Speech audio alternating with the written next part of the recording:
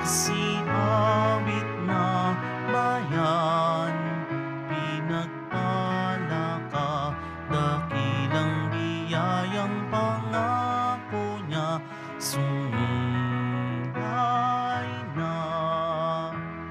Sinauna mong hangarin, ang tao nga'y tubusin, upang siya'y makapiling, mapag-irog na Diyos natin. Bayan, magsiawit na bayan, pinagpala ka, dakilang biyayang pangako niya, sumilay na. Dakilang biyayang pangako niya, sumilay na.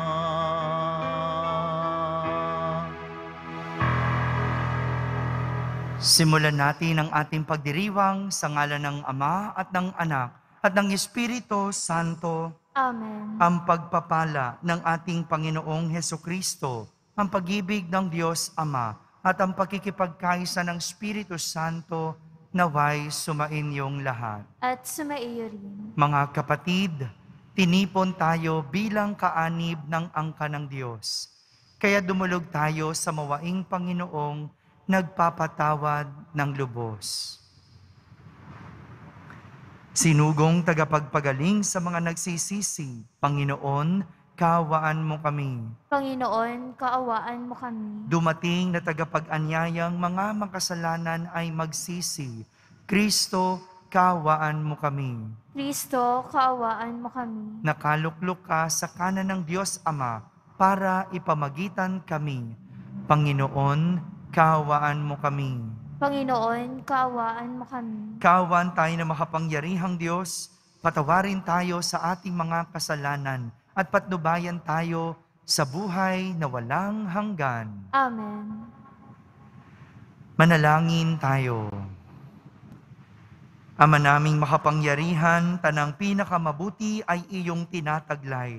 Gawin mong sa aming kaloobay manuot ang pag-ibig sa iyong ngalan ng dakila at bantog, upang sa pag-unlad ng aming pagsunod sa pananampalatayang iyong ipinagkaloob, mapagyaman mo ang kabutihang iyong inihandog at ang iyong pinagyaman ay mapanatili mong lubos sa iyong pagsubaybay sa amin at pagkupkop. Sa pamamagitan ni Jesucristo, kasama ng Espiritu Santo, magpa sa walang hanggan. Amen. Pagbasa mula sa unang sulat ni Apostol San Pablo sa mga taga-Tesalonika. Mga kapatid, hindi na kailangang isulat ko pa sa inyo kung kailan magaganap ang mga bagay na ito, sapagkat alam na ninyong pagdating ng araw ng Panginoon ay tulad sa pagdating ng magnanakaw. Kapag sinasabi ng mga tao, tiwasay at panatag ang lahat, biglang darating ang kapahamakan.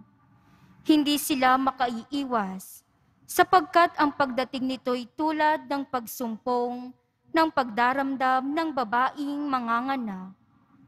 Ngunit hindi kayo nabubuhay sa kadiliman. Mga kapatid, kaya't hindi kayo mabibigla sa araw na yaon, na darating na parang magnanakaw. Kayong lahat ay kabilang sa panig ng kaliwanagan, sa panig ng araw, hindi sa panig ng kadiliman o ng gabi. Kaya nga, kailangang tayo'y manatiling gising, laging handa at malinaw ang isip, di tulad ng iba. Tinawag tayo ng Diyos hindi upang parusahan, kundi upang iligtas sa pamamagitan ng ating Panginoong Hesukristo. Namatay siya para sa atin upang tayo'y mabuhay na kasama niya. Buhay man tayo o patay sa kanyang muling pagparito. Dahil dito, patuloy kayong magpaalalahanan at magtulungan tulad ng ginagawa ninyo ngayon. Ang salita ng Diyos. Salamat sa Diyos. Makikita ang may kapal sa kanyang lupang hinirang. Makikita ang may kapal sa kanyang lupang hinirang. Tanglaw ko'y ang puon aking kaligtasan, kaya walang takot ako kanino man. Sa mga panganib kanyang iingatan, kaya naman ako'y walang agam-agam. Makikita ang may kapal sa kanyang lupang hinirang. Isang bagay lamang ang aking mithiin, isang bagay itong sa puon hiniling. Ang ako'y lumagi sa banal na templo, upang kagandahan niya'y mamasdan ko, at yaong patnubay niya ay matamo. Makikita ang may kapal sa kanyang lupang hinirang. Ako'y nananalig na bago mamatay, masasaksihan ko ang iyong kabutihan, na igagawad mo sa mga hinirang. Sa Panginoong Diyos tayo'y magtiwala, ating patatagin ang paniniwala. Tayo ay umasa sa kanyang kalinga. Makikita ang may kapal sa kanyang lupang hinirang.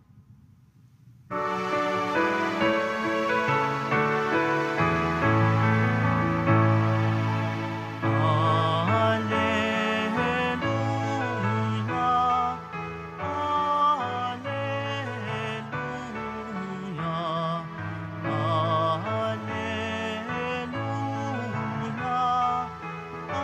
Alleluia, Alleluia. Narito at dumating na isang dakilang propeta, sugo ng Diyos sa bayan niya. Alleluia, Alleluia, Alleluia, Alleluia.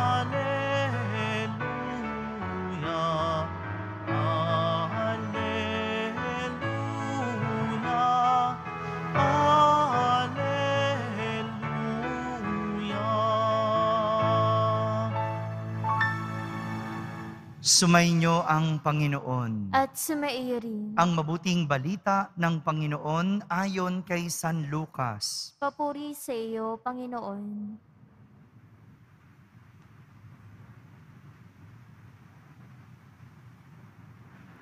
Noong panahong iyon, nagpunta si Jesus sa Capernaum, Galilea.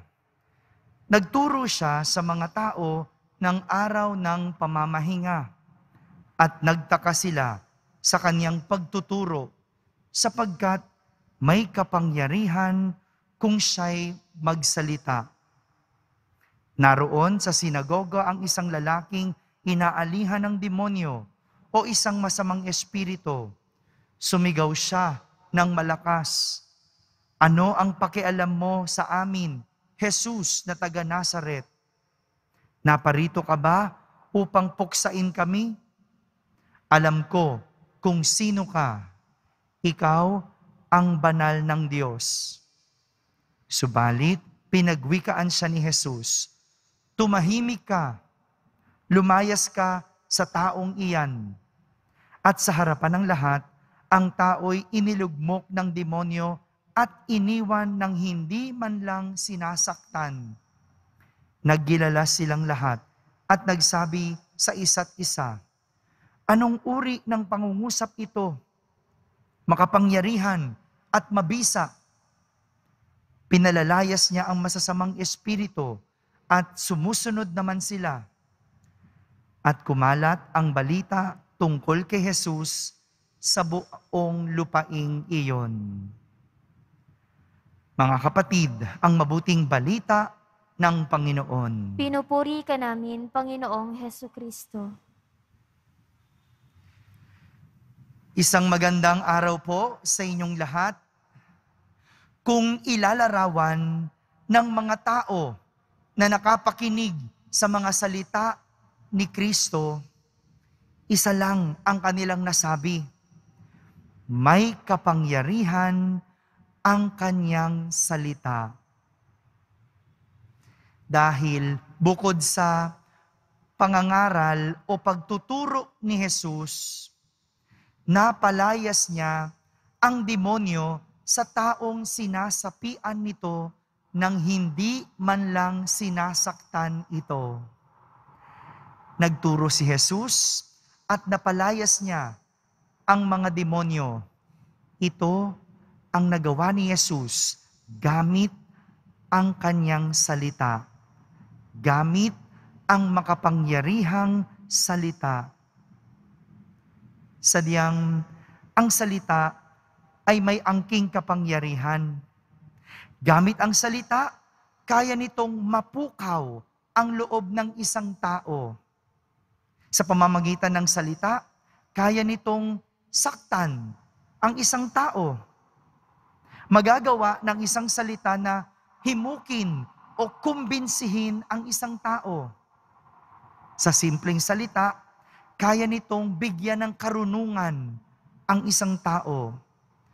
At dahil sa salita, pwede nitong sirain ang isang tao. Ganito kamakapangyarihan ang salita. Kaya nga, dapat nag-iingat tayo sa paggamit ng mga salita. Dapat pinipili at sinasala natin ang ating sinasalita dahil hindi natin alam kung ano ang pwedeng magawa ng ating mga salita sa tao. Kaya marami ang napapahamak ay dahil minsan may nasasabi tayong nakakasira at nakakasama sa ibang tao. Meron naman, wala nang ibang lumabas sa bibig, kundi puro masasamang salita, gaya ng mura o chismis. Di ba? Meron yung bawat salita, laging may mura. Meron naman, ginagamit na ekspresyon yung mura. O kaya, pag walang magawa, chismis naman ang lumalabas na salita. At dahil dito, nagagamit ang kapangyarihan ng salita sa masama. Mga kapatid, hindi ito ang nais ipakita ni Jesus na aral sa ating ebanghelyo. Dahil ang kapangyarihan ng salita dapat ginagamit lagi sa mabuti at tama. Dito tayo dinadala ni Jesus at ipinakita niya ito sa pamamagitan ng pangangaral at pagpapalayas ng demonyo. Mag-ingat, gamitin ang salita sa kabutihan. May angking kapangyarihan ang salita, pero dapat ito ay laging nasa tama at mabuti. Tandaan, napapahamak ang tao dahil sa maling paggamit ng kapangyarihan ng salita. Kaya dapat iniingatan mabuti ang sinasalita dahil kapag nabitawan na ang salita, pwede itong mapatawad pero hindi na ito mababawi. Ingatan ang mga salita. Gamitin ito sa mabuti at tama. Amen.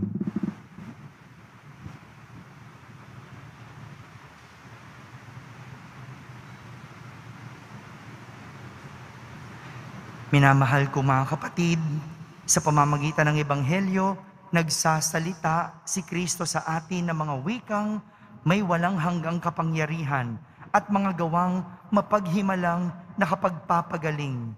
Sa pamamagitan niya, manalangin tayo ng may pananalig at ating sambitin. Iisang banal ng Diyos, basbasan mo kami. Iisang banal ng Diyos, basbasan mo kami. Ang simbahan naway patuloy na ituro ang katotohanan ni Kristo at tuligsain ang mga kasamaan sa ating panahon. Manalangin tayo. Iisang banal ng Diyos, basbasan mo kami. Ang mga pinuno ng mundo naway itaguyod ang kabutihan sa kani-kanilang gobyerno at maging masidhi sila sa pagpuksa ng kasamaan sa kanilang mga lipunan na kanilang sinumpaang paglingkuran. Manalangin tayo. Iisang banal ng Diyos, basbasan mo kami. Tayo naway hindi manghinawa sa ating pananalangin upang hindi manaig ang mga masamang espiritu sa ating buhay. Manalangin tayo. Iisang banal ng Diyos, basbasan mo kami. Ang mga may sakit at mga nagdurusa naway mapalaya sa kanilang mga paghihirap. Manalangin tayo. Iisang banal ng Diyos, basbasan mo kami. Ang mga tapat na yumao naway masiyahan sa pagsikat ng liwanag ng buhay na walang hanggan. Manalangin tayo. Iisang banal ng Diyos, basbasan mo kami. Sa katahimikan, ating ilapit sa Diyos ang ating mga pansariling kahilingan.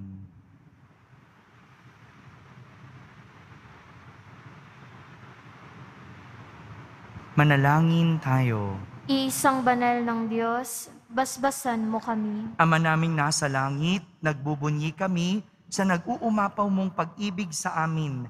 Itatag mo nawa ang iyong kapangyarihan sa amin at maging lagi ka naming kasama sa landas ng buhay. Hinihiling namin ito sa ngalan ni Kristo na ating Panginoon. Amen.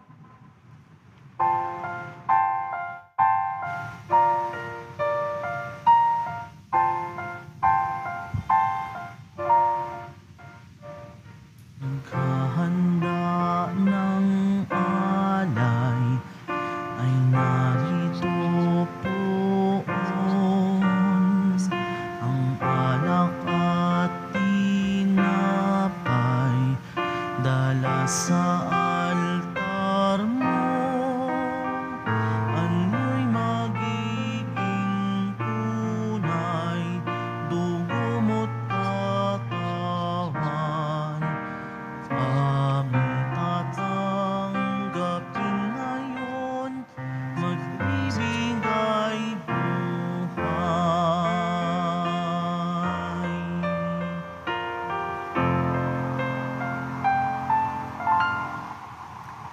Manalangin kayo mga kapatid upang ang paghahain natin ay kalugdan ng Diyos amang makapangyarihan. Tanggapin nawa ng Panginoon itong paghahain sa iyong mga kamay, sa kapurihan niya at karangalan, sa ating kapakinabangan at sa buong sambayanan niyang banal. Ama naming lumikha, ang banal na paghahain ay lagi nawang magdulot ng iyong pagbabasbas na sa amin tumutubos, upang ang ginaganap mo sa aming pagdiriwang ay maging lubos na pagkakaloob ng iyong pagmamahal.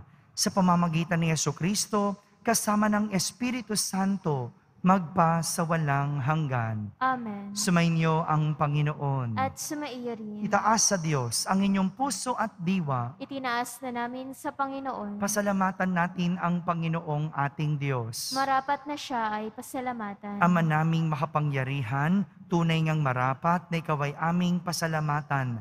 Sa iyong paglingap at kagandahang loob, ang tao'y nilikha mo't pinangasiwa sa sansinukob. Sa hangad mong siya'y iwastong lubos, siya'y pinagdusa mo sa kanyang pagtalikod. Sa iyong paggiliw, iyong ipinahintulot na makabalik siya sa pamamagitan ni Kristo Jesus. Kaya kaysa ng mga anghel na nagsisiawit ng papuri sa iyo ng walang humpay sa kalangitan, kami nagbubunyi sa iyong kadakilaan. Santo, Santo, Santo, Panginoong Diyos ng mga hukbo, napupuno ang langit at lupa ng kadakilaan mo, o sana sa kaitaasan, pinagpalang na paririto sa ngalan ng Panginoon, o sana sa kaitaasan. Ama naming banal, ikaw ang bukal ng tanang kabanalan, kaya't sa pamagitan ng iyong Espiritu ay gawin mong banal ang mga kaloob na ito, upang para sa amin ay maging katawan at dugo ng aming Panginoong Hesukristo. Bago niya pinagtiis ang kusang loob na maging handog, hinawakan niyang tinapay, pinasalamatan kanya, pinaghati-hati niya iyon, iniyabot sa kanyang mga lagad at sinabi, "Tanggapin ninyong lahat ito at kanin, ito ang aking katawan na inihahandog para sa inyo.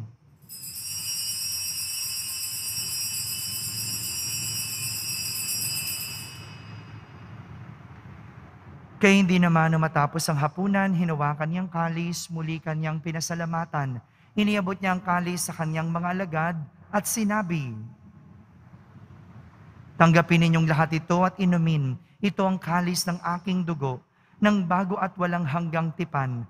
Ang aking dugo na ibubuhos para sa inyo at para sa lahat, sa ikapagpapatawad ng mga kasalanan.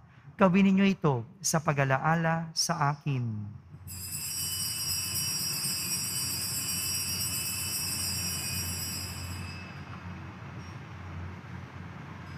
Ipagbunyi natin ang misteryo ng pananampalataya. Si Kristo'y namatay, si Kristo'y nabuhay, si Kristo'y babalik sa wakas ng panahon. Ama, ginagawa namin ngayon ang pag-alaala sa pagkamatay at muling pagkabuhay ng iyong anak, kaya't inaalay namin sa iyo ang tinapay na nagbibigay buhay at ang kalis na nagkakaloob ng kaligtasan. Kami nagpapasalamat dahil kami iyong minarapat na tumayo sa harap mo para maglingkod sa iyo. Isinasamo namin kaming magsasalo-salo sa katawan at dugo ni Kristo ay mabuklod sa pagkakaisa sa pamamagitan ng Espiritu Santo. Ama, lingapin mo yung simbahang laganap sa buong daigdig. Pususin mo kami sa pag-ibig kay San Francisco na aming Papa, si Jose na aming Obispo at ng Tanang Kaparian. Alalahanin mo ang aming mga kapatid na nahimlay, na may pag-asang sila'y muling mabubuhay, gayon din ang lahat ng pumanaw. Kawan mo sila at patuloy sa iyong kaliwanagan. Kawan pagdapating kaming lahat na makasalo sa iyong buhay na walang wakas. Kaysa ng mahal na Birheng Maria ng Diyos, nakabiyak niyang puso na si San Jose, kaysa ng mga apostol, ni San Juan Bautista at ang lahat ng mga banal, na namuhay dito sa daigdig ng kalugod-lugod sa iyo. May pagdiwang nawa na ipagpupuri sa kararangal mo sa pamagitan ng iyong anak na aming Panginoong Kristo.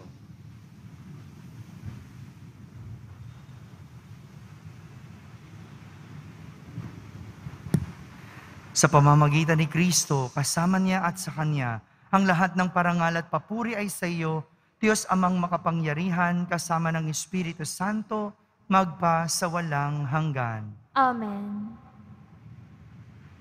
Sa tagubilin ng mga nakahagaling na utos at turo ni Jesus na Panginoon natin at Diyos, ipahayag natin ng lakas loob.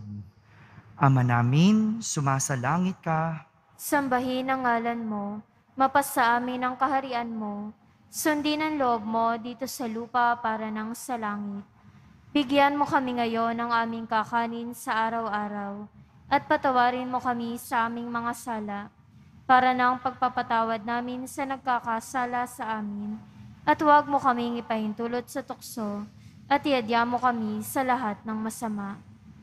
Hinihiling namin kami iadya sa lahat ng masama, pagkalooban ng kapayapaan araw-araw, iligtas sa kasalanan at ilayo sa lahat ng kapahamakan, samantalang aming pinananabikan ang dakilang araw ng pagpapahayag ng tagapagligtas naming si Jesucristo. Sapagkat iyo ang kaharian at ang kapangyarihan at ang kapurihan magpakailanman. Amen. Panginoong Jesucristo, sinabi mo sa iyong mga apostol, kapayapaan ang iniiwan ko sa inyo. Ang aking kapayapaan ang ibinibigay ko sa inyo. Tunghayan mo ang aming pananampalataya at huwag ang aming pagkakasala. Pagkalooban mo kami ng kapayapaan at pagkakaisa ayon sa iyong kalooban, kasama ng Espiritu Santo, magpa sa walang hanggan. Amen. Ang kapayapaan ng Panginoon ay laging sumainyo. At sumaiyo rin. Magbigayin kayo ng kapayapaan sa isa't isa. Kapayapaan po para sa lahat.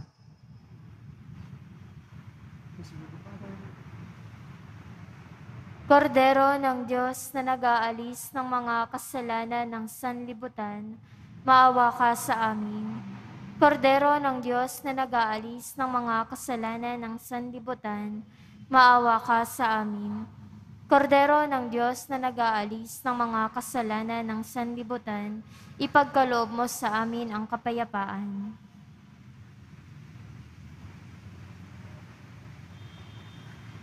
Ito ang kordero ng Diyos. Itong nagalis sa mga kasalanan ng sanlibutan. Mapalad ang mga inaaniyahan sa kaniyang piging. Panginoon, hindi ako karapat-dapat na magpatuloy sa iyo, ngunit sa isang salita mo lamang ay gagaling na ako.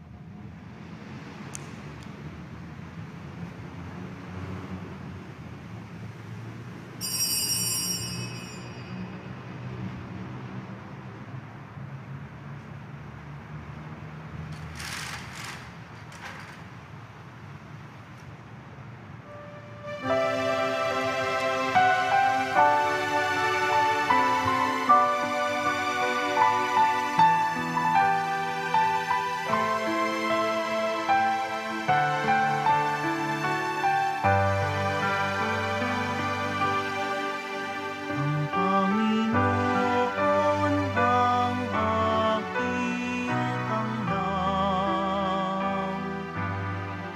Sa panganib ako'y iingatan. Kanino ako masisindak, matatakot kung ako'y laging nasa piling niya. O Diyos, pakinggan mo ang aking tawag at sa aking maawa't mahabag. Buhay ko may pagtangkaan, buhay ko may pagbantaan, sa'yo pa rin magtitiwala kailanman. Ang Panginoon ang aking tanglaw. Sa panganib ako'y iingatan. Kanino ako masisindak, matatakot kung ako'y laging nasa piling niya.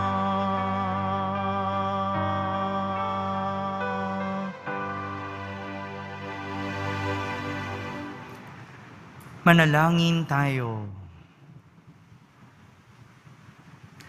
Ama naming mapagmahal, kami nagsalo-salo sa pagkain mong bigay ay humihiling ng lakas mong inilalaan upang ang kagandahang loob namin madagdagan sa pagdilingkod namin sa iyong kadakilaan na nagpapaalab sa pag-ibig namin sa kapwa-tao.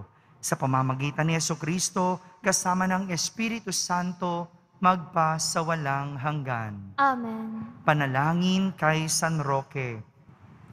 O pinagpalang San Roque, pintakasi ng mga may karamdaman, lingapin mo po ang aming mga kapatid na nasa banig ng karamdaman. Ang iyong pamamagitan ay sadyang makapangyarihan na nung ikay narito pa sa daigdig, marami ang gumaling dahil sa pag-antanda mo sa kanila ng kamahal-mahalang krus. Ngayong ikay niluluwalhati na dyan sa langit, nananalig kaming ang iyong pamamagitan ay lubhang magaling. Ialay mo po sa Panginoong Diyos, yaring aming mga hinaing, at sa tulong po ninyo ay makamit ang kagalingan ng aming kaluluwa at katawan, pakundangan sa mga hirap at sakit ng Panginoong Hesukristo at iyo pong mga panalangin. Amen. Senyor San Roque, panalangin mo po kami upang kami maiadya sa salot ng COVID-19 at sa mga karamdaman ng katawan at kaluluwa.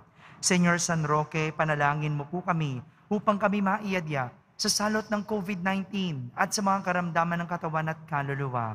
Senyor San Roque, panalangin mo po kami upang kami maiadya sa salot ng COVID-19 at sa mga karamdaman ng katawan at kaluluwa. Sumainyo ang Panginoon. At sumairin. Pagbabasbas ng Pong Yesus Nazareno. Mahal na Pong Yesus Nazareno, inihayag mo sa pamamagitan ng krus ang walang maliw na pag-ibig ng Diyos sa sangkatauhan. Pakinggan mo ang kahilingan ng iyong angkan na nagsusumamo sa iyo. Makamtanawan nila ang inyong katugunan at tanggapin ang kasagutan na may utang na loob na tinatanaw. Basbasan din po ninyo ang lahat na may karamdaman at nahihirapan sa pamamagitan ng bendisyon na ito, naway maalala nila ang mga pangako nila noon sa binyag na ikaw ang kanilang iibigin at pagdilingkuran bilang Panginoon magpa sa walang hanggan. Amen. At pagpalain kayo ng makapangyarihang Diyos, Ama, Anak, at Espiritu Santo. Amen. Tapos na po ang ating pagdiriwang, humaykeng taglay ang pag-ibig at kapayapaan ng Poong Jesus Nazareno. Salamat sa Diyos.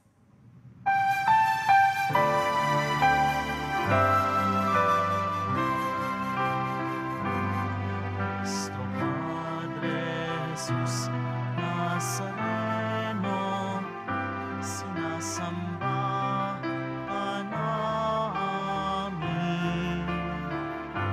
Pinipintuho ka namin. Aral mo ang aming buhay at kaligtasan. Nuestro Padre Jesus Nazareno, iligtas mo kami sa kasalanan. Ang krus mong pinamatayan ay sagisag ng aming kaligtasan. Nuestro Padre Jesus Nazareno,